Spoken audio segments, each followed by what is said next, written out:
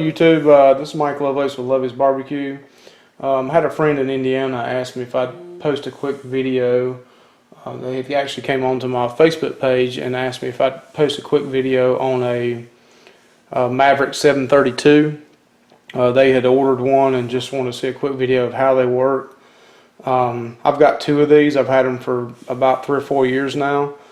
And I like the first one so much that I ordered a second one as a backup because I do a little bit of catering on the side, and you never know if you're going to have an issue with one, which I've never had an issue with one. But you know, I'll go through this real quick. I'll first start out on how to pair them, and then I'll switch the video angle up a little bit to try to narrow in closer to the actual functions on it. But you have your transmitter, your remote transmitter. This actually has your probes going into it. You have one right here, which will be the barbecue, which is the temp on the inside of your cooker, or on the outside of your grill, wherever you're cooking at. Your cooking service is where I always have this one plugged in. And then on this side is your food. So on this side you'll have your probe here that goes into your meat eventually. To probe your meat if you do that.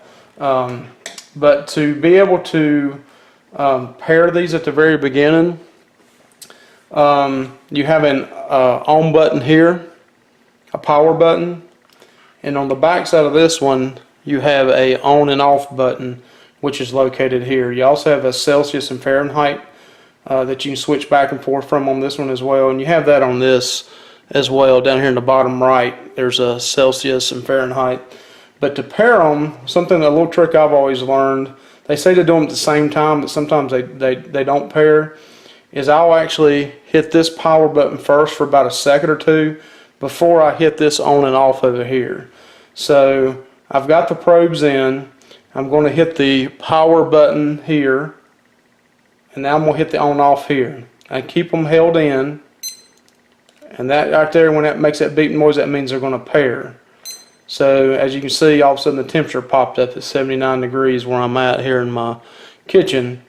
But again, you have your 79 degrees, and actually you can tell both different probes are in, and both are saying 79 degrees. So that tells you that they're pretty accurate, at least from what they're getting from the ends of the probes. That's the barbecue, and then the internal food probe there. So I'll cut this off and then give you more functions on this one. This is where you can control your high and low temperatures, your temperature warnings for your food. There's a light mode here, and then your power, food high, and then your start and stop here.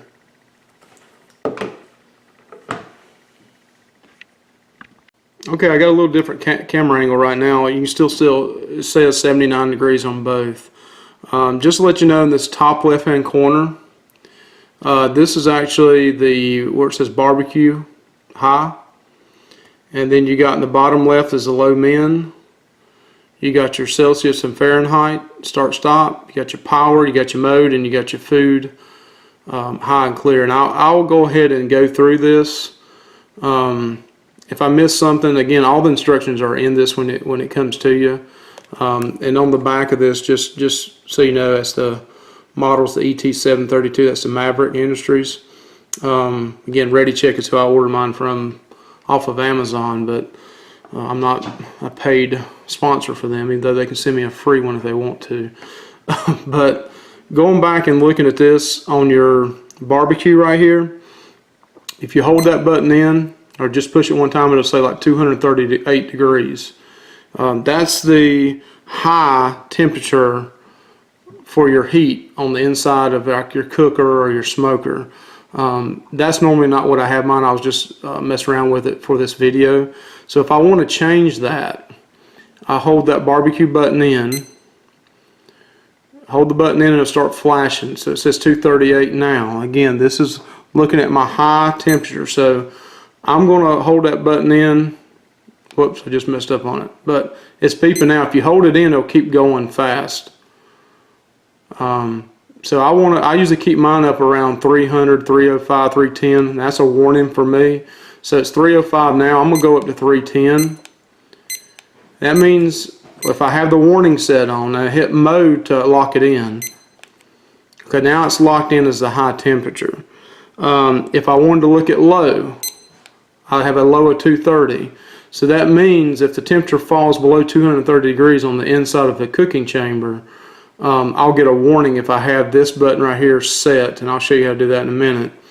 So I'm going to leave that. Well, I'll show you how to change it too. It's the same thing as above. You hold that button in, the 230 will start flashing, then you just go up to whatever you want to. You know, I'm going to hold this down just to let you show it cycle through. The top high will go up to about 600 degrees, and this low, it won't go near that high. Up, see, it went right around 300, it stopped. So the low temp on mine, I'm going to put mine probably around 230 again like I had before.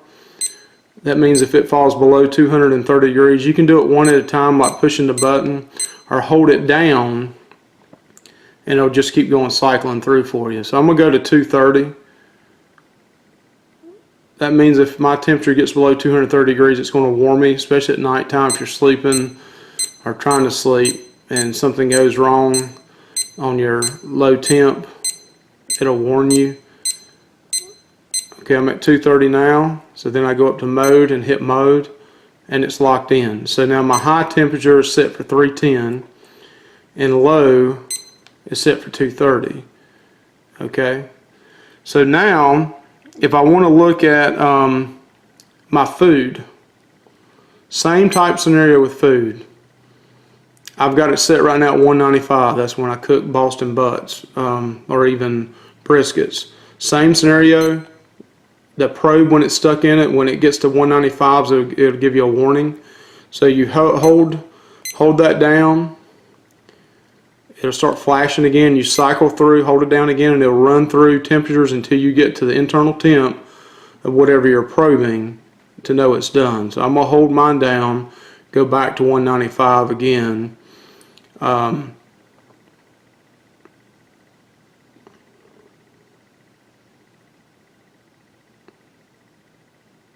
Again, you see it's going up pretty high.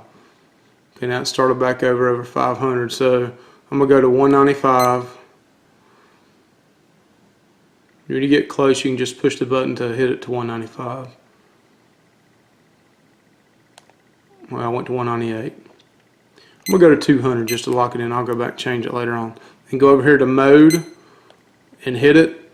So now it's locked in at a high of 200. Again, very, very simple. So it's a high internal temp on the food of 200. The barbecue, which actually means the temperature wherever you have this probe right here set at, that'll give you the temperature on that. So again, setting up right now, I got it at 310, low's 230. Now if I want to lock this in, now this is below the normal temperature 230, what I do is go in down here, and when I hit this button right here in the bottom right hand corner, you'll notice that that little satellite type button came on, or display. See when it's on like that? When it's on with that on, that means it's going to let you know if your temperature hits on the range that you've set. Again, I started mine below 79 degrees, so it's not going to warn me on that. Again, very easy to learn. There's also I don't know with a daylight like now if it'll show it, there's a mode button up here is also your light button. So if it's dark outside and you're cooking at night, or you're in your bedroom, you're trying to get 30-45 minutes of sleep, if you hit that button, it lit up pretty good. It'll come on for just a few seconds and let you know what the temperature is, or all your temps. So that's very handy. And of course your power button, like I said at the beginning, is right here. That's your power button. Those are just some quick tips, just some pointers to give you. It takes, I think it's AA or AAA batteries, I can't remember, but they're standard. Anything you can buy AA, AAA batteries that go in it. I always have some spare extra batteries. And one thing I do at nighttime, if it's raining or calling for rain, On this transmitter right here, this is what will be sitting on top of your cooker or near your cooker. Of course, this is plastic, so do not put it on the cooker itself if if the cooker's getting hot, which it will, because it can melt your transmitter. I set a piece of wood on top of mine, or you can put anything, oven mitt, some gloves, or anything that can shield it from the heat. But I would usually put a block of wood on top of my cooker and then set this on top of it so that the heat doesn't bother it. But the probes, I've only had trouble out of one probe and I had to buy another one. And I've had this, like I said, 3 years. They come in different lengths. You can get them 3 foot, 6 foot, 4 foot, I believe.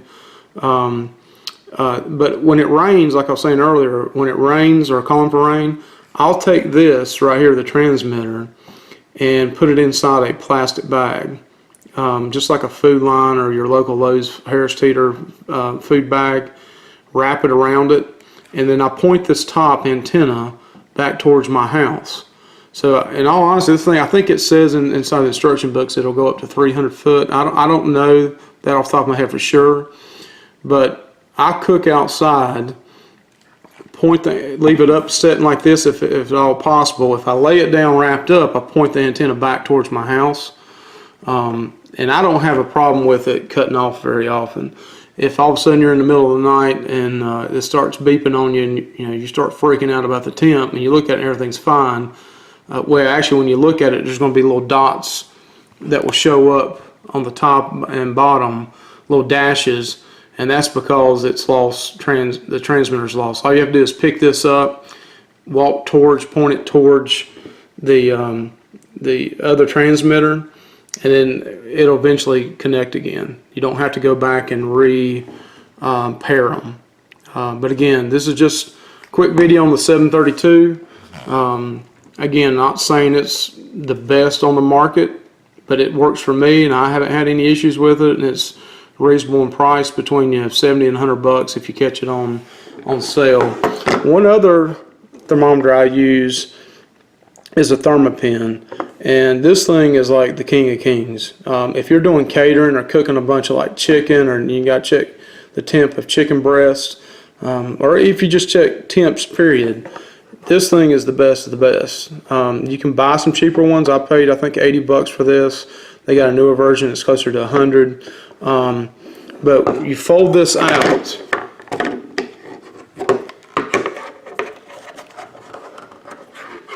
It's hard to do this with one hand. And that probe on the very end, I mean, it is very, very accurate. But you can probe your chicken, and within 2 seconds, probably less than 2 seconds, around 2 seconds, it'll tell you your temp. So that is great when you're doing, like cooking a bunch of chicken for a bunch of people. I do it, like, again, catering. It really comes in handy, because I'll be honest with you, I probe it, get the temp, and if it's right, I just use it as my spatula, and I pick the piece of chicken up with it and put it into the pans. I'm not saying you should do that, because I don't want you to break yours doing that. But if I'm doing like chicken breasts and they're small and I need to probe it and I'm trying to hit a 165 internal temp on the breast, I probe it and then put it straight into the pan. But again, I would recommend a Thermapen or something similar to this that's very accurate, in addition to your Mavericks. It depends on how much cooking you do, but it's always good to have a backup, especially if you're doing catering jobs. You don't want something to happen with one of them. One other thing to say real quick, just as a warning, on the Thermapen, make sure you do not, when you're finished with it like I am right now, don't leave it too close to the cooker, because the temperature on it, sorry about that, the temperature on it will turn this really hot. You don't want this close to it again because it's plastic, but when you pull this probe out right here, you're going to see an ERR. I think it's ERR for error. And the first catering job I used this on, I set it on the shelf near the cooker, but it wasn't even actually right on the cooker. And it got so hot that when I went to try to temp my items, my chicken breast, it came up with ERR and it scared me to death. And then you have to go back to your old school ways of is the chicken done or not. As a side note, I turned around and took this and put it in a cooler of ice and set it on top of the ice, and within 3 or 4 minutes it was back to normal. So if that does happen to you, you can cool it down, or when the temp drops back down, it'll be okay. But if you need a quick solution, just stick it in on top of some ice or in the refrigerator real quick for just a couple minutes. The temp will come back down enough where you can use it again, and it'll be very accurate. Those are just a couple things I wanted to bring up about the Maverick 732 and the Thermapen, and I hope my brother from another mother in Indiana, I hope you enjoy this, my man. And check us out on Facebook, Lovey's Barbecue, or you can check our website out at www.loveysbarbecue.com. And we just do a little bit of catering on the side, and we're just here to help people out if you've got any questions. We cook with a Shirley fabrication cooker. That's what we do.